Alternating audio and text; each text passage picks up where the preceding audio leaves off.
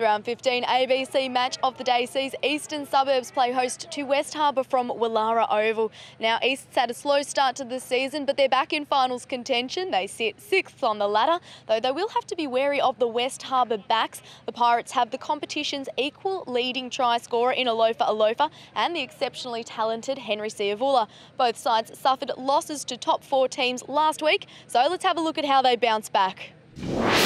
Hoping for good weather today, Natalie. No, Steve, it's also animals, apparently. We've got some people down here in onesies who are enjoying themselves a lot.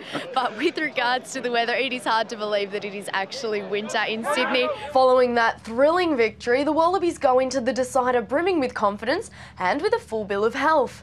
Robbie Deans has stuck tight with his backline structure despite a number of handling errors last weekend, while veteran George Smith will become the first Wallaby in the professional era to play in 2 Lions tours. He replaces youngster Michael Hooper at 7 in the only change to the starting team from the second test. Let's hear from the Eastwood skipper now with Natalie.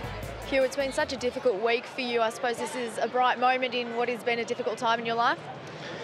Yeah, it has. It's been a really emotional week for me and a tough game today, but just being here with a big crowd and doing it with the boys has just made it, really special, and I hope Mum knows somehow. How hard was it to make the decision to play today? Not hard. I really wanted to play and I needed a distraction, so yeah, it's good. Coming up in the wrap, it's finals time. We preview the first week of the Super Rugby playoffs with 2 Australian teams involved in the action. And NRL star Benji Marshall makes the switch to rugby union. I've always made the decision based upon what I thought was the right thing to do and the right thing for everyone else and what I thought was right to do, but this decision is about me and what I think is right for me. But first, before we take a look at this weekend's Super Rugby finals, let's cast our minds back to the last round of the regular season, and the Brumbies missed a prime opportunity to secure a top 2 finish when they were upset by the Western Force in Perth.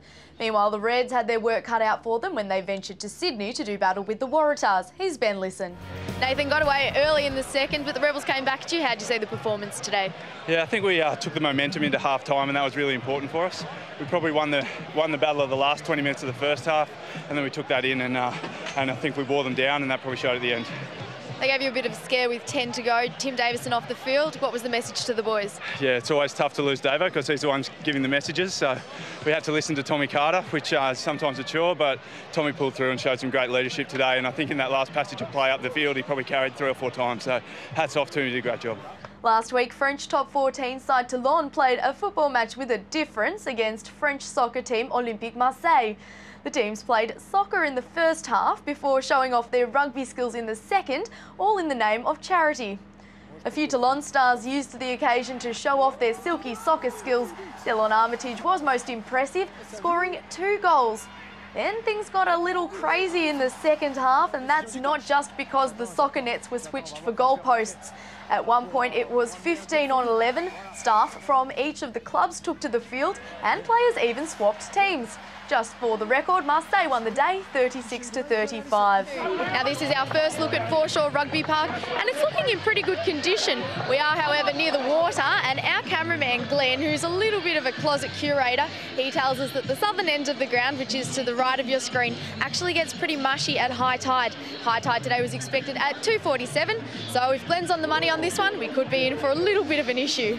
He's standing by with Natalie. He is very happy down here, Steve. Jed, you flew in this morning, had a standout performance today. How hard was it to back up? It was tough, Early start this morning. I had to get up at about 4 a.m. New Zealand time, which is 2 over here, so I only really got about 4 hours sleep today, so it was tough getting up, but I had to do it for the boys because there was a few injuries in our south side and Cam was pretty worried about it, so just had to front up. I have to ask you, what was going through your mind when that ball just slipped through your fingers then?